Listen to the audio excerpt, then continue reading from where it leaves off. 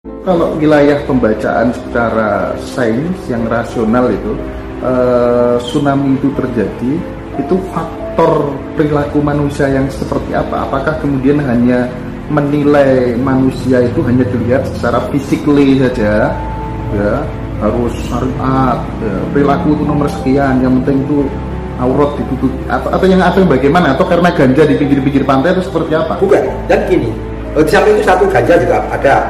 Di samping itu kan moral manusianya. Semua kalau moral sudah menurun, pasti dimusnahkan.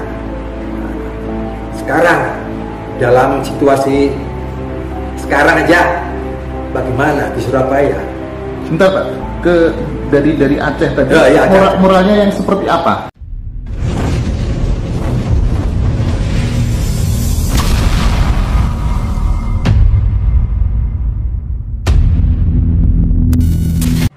Salah satu penyebab kenapa kemudian terjadi musibah di suatu tempat itu karena penghuni tempat itu bermasalah. Bermasalah, betul. Karena suatu pikiran merupakan suatu energi ya, itu bisa negatif dan positif. Itu pun punya jiwa. Jiwa itu mana? Jadi kehidupan tingkat tinggi itu yang menangkap. Waduh, daerah ini begini manusianya, pasti digoyang. Contohnya ada juga yang ada di Aceh dulu tahun 2000 tsunami itu ya. 2004 berubah. Itu karena apa? Saya pernah ke sana tahun 1982, aman-aman saja. Apanya ya? Situasinya. Saya kerja di sana. Pra-tsunami sebelum ada tsunami. Okay. Tapi waktu itu saat mau akan dipindah, terjadi gempa. Ada apa ini? Gempa besar sekali. Sampai pohon itu goyangnya segini. Salah nih. Saya kerja di sana waktu di daerah Takengon. Kenapa? Pasti ada masalah. Memang di sana kan secara spiritual orangnya kan sudah mulai gimana, menurun ya karakternya. Dari situ akhirnya tahun 2004 setelah itu ada tsunami besar. Tsunami besar rata dengan skala Richter kalau tidak salah 9. Itu kalau wilayah pembacaan secara sains yang rasional itu, tsunami itu terjadi, itu faktor perilaku manusia yang seperti apa? Apakah kemudian hanya menilai manusia itu hanya dilihat secara fisikly saja, ya harus syariat, ya, perilaku itu nomor sekian, yang penting itu aurat ditutup, atau yang bagaimana? Atau karena ganja di pinggir-pinggir pantai itu seperti apa? Bukan, dan gini, di samping itu satu ganja juga ada. Di samping itu kan moral manusianya. Semua kalau moral sudah menurun, pasti akan. Sekarang dalam situasi sekarang aja, bagaimana di Surabaya? Sebentar Pak, dari Aceh tadi, Aceh. moralnya yang seperti apa?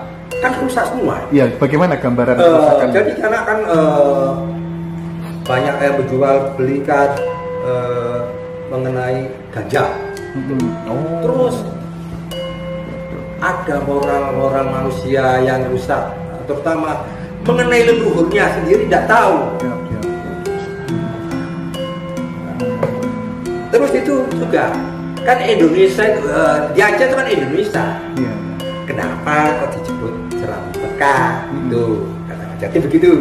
Memang gitu. Padahal leluhur kita ya orang Aceh, ya di situ ada Aceh sendiri. Suku Aceh itu banyak macam. Waktu di Takengon itu saya itu 90% orang Jawa yang kerja sana. Tapi maaf ya, memang dari suku yang asli itu ya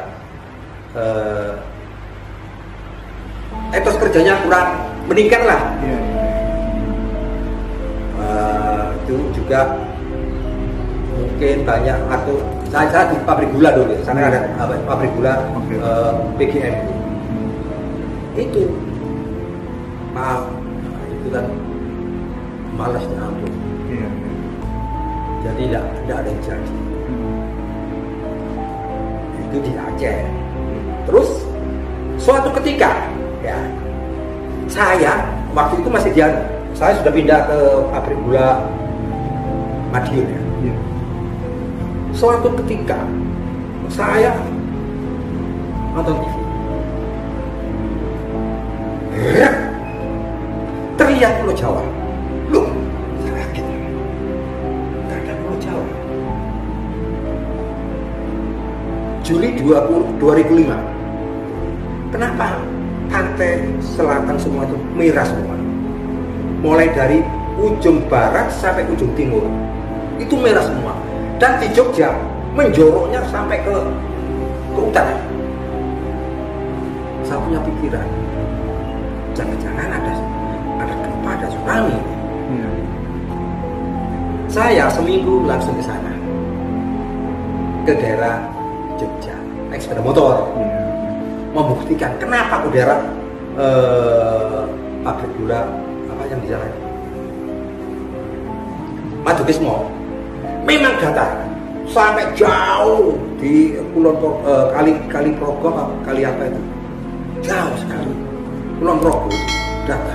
Kemungkinan kalau memang ada gempa, tsunami besar ada di situ. Ternyata tahun 2006 ada gempa, tapi tidak terjadi tsunami besar. Ternyata tsunami kecil di Pangandaran dan di Geraja. Sampai ke utara. Saya punya pikiran, jangan-jangan ada gempa, ada tsunami. Saya seminggu langsung ke sana, ke daerah Jogja, naik sepeda motor, membuktikan kenapa udara pabrik gula apa yang di sana Madukismo memang datar sampai jauh di Kulon kali Progo kali apa itu jauh sekali. Kulon Progo itu datar. Kemungkinan kalau memang ada gempa, tsunami besar ada. Ternyata tahun 2006 ada gempa, tapi tidak terjadi tsunami besar. Ternyata tsunami kecil di Pangandaran dan di Geraja. Setelah tahun 2008 saya ketemu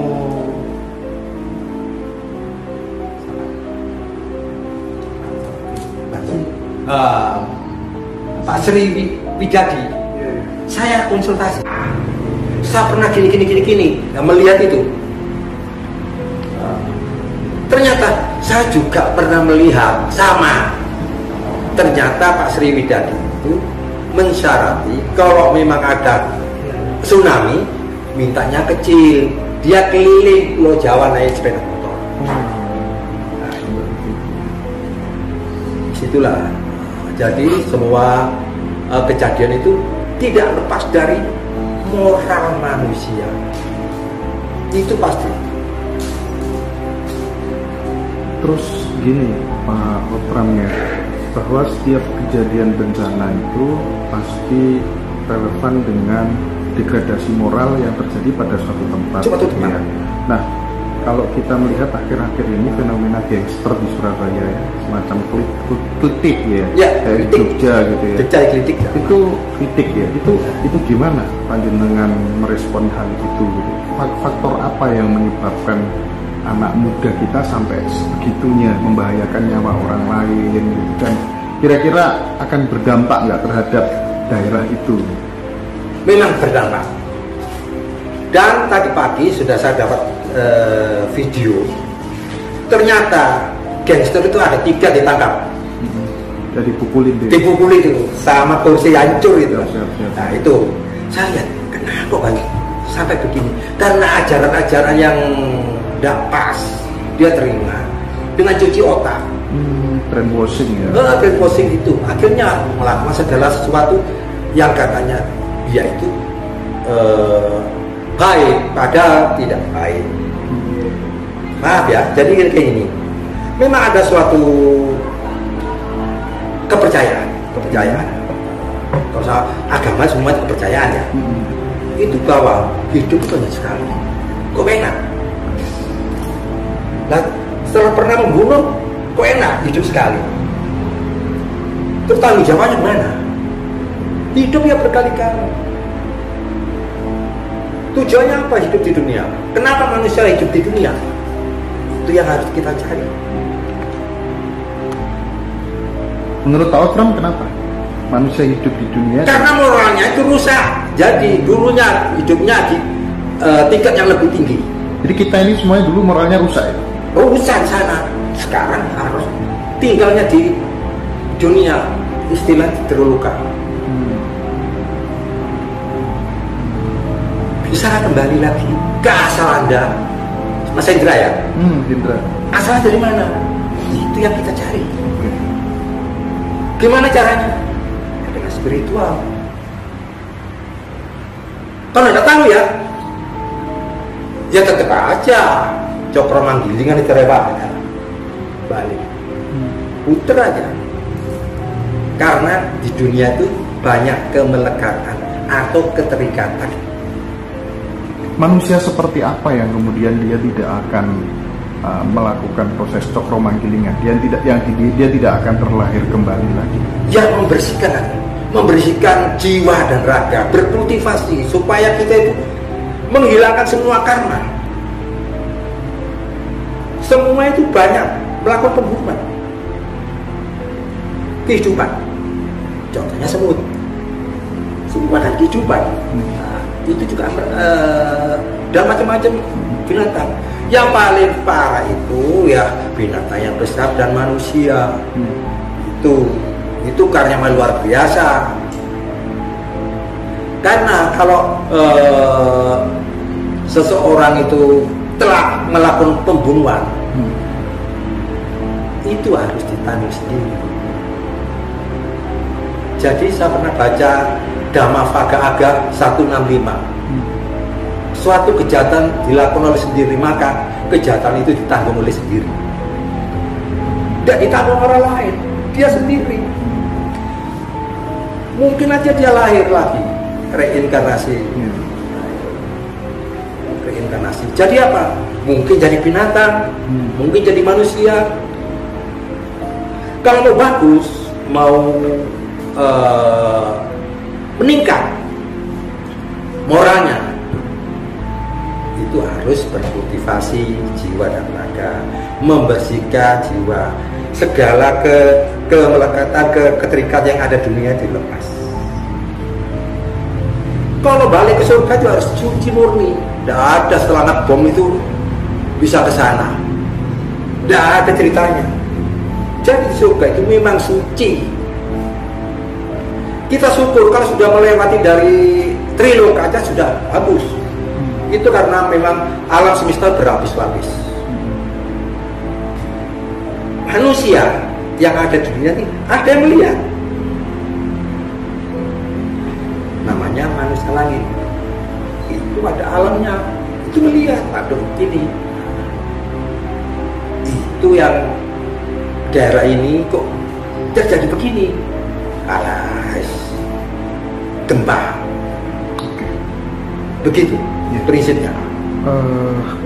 Kalau kemudian setiap manusia itu kan ada yang mengalami fase reinkarnasi, ada yang ketika dia sudah tahu asal usulnya, dia akan kembali kepadanya. Maksudnya dia akan kembali kepadanya itu kemana? Kembali kepadanya asal mula Anda atau saya diciptakan. Di mana? Karena pemahaman itu kembali ke Tuhan. Iya. Tidak ada ciptanya kembali ketemu Tuhan. Nah, terus. Kembali kemana kita? Jadi kita itu Tuhan yang hanya kalau saya mengatakan sang sadar utama, itu hanya menciptakan kebijakan alam, hukum alam semesta. Yang di bawahnya itu yang melaksanakan. Jadi prinsipnya seperti susunan dari pemerintahan. Anda kalau presiden harus lewat mana? Tidak ujung-ujung langsung ke sana, tidak bisa. Itu prinsipnya apa? Mungkin lewat RT RW ke atas kalau diterima. Kalau enggak ya akan bisa. Itu. Karena belum suci lah. Syukur, memang bertingkat-tingkat. Kita ya seperti saya yang melakukan itu bertahap. Sementara ini masih belum ada manusia yang keluar dari alam triloka. Masih di dalam triloka. Ketika kemudian manusia sudah suci, terus kemudian jiwa atau kesadarannya terlepas dari jasad karena meninggal, ya kan? Itu kan kalau kita di Jawa itu yang sering terjadi, kita melihat fenomena manitis. Oh, ini persis koyok mbah-mbahin ya, kayak leluhurnya dulu gitu kan. Pertanyaan saya, jika kemudian kesadaran itu belum masuk ke rahim kandungan cucu-cucunya, dia berada di mana, Pak? Lah masih melayang di awan ini. Aktivitasnya apa, melayang-layang? Ya susah, makanya itu kalau belum suci itu ya, kalau menitis itu masih belum suci. Kalau menitis masih belum suci. Kalau sudah keluar dari triloka itu namanya arhat. Situ tidak menitis lagi, tidak reinkarnasi lagi. Itu sudah suci. Jadi apa? Yang menjadi di alam sana, di alamnya arhatnya, di atas lagi ada bodhisattva, di atasnya lagi ada tathagata. Itu berlapis-lapis. Sementara ini kan pemahaman manusia kita kan langit 7. Nah itu. Kalau pemahaman saya beda kan? Triloka, 3 alam ya. 3 alam itu masih dibagi lagi. Ada Mejiku Hibimiu. Itu tingkatannya. Balik ke atas lagi Mejiku Hibimiu tadi kan udah apa ya, dari elektronik itu kan akal toh. Merah jika itu 9 tambah putih transparan, tambahnya itu putih sama transparan. Itu kalau sudah melewati triloka itu namanya sudah dapat buah status namanya arhat. Di sana di alam arhat tadi itu dia hidupnya sudah enak karena memang kalau surga itu enak, semua tersedia. Hanya berpikir datang.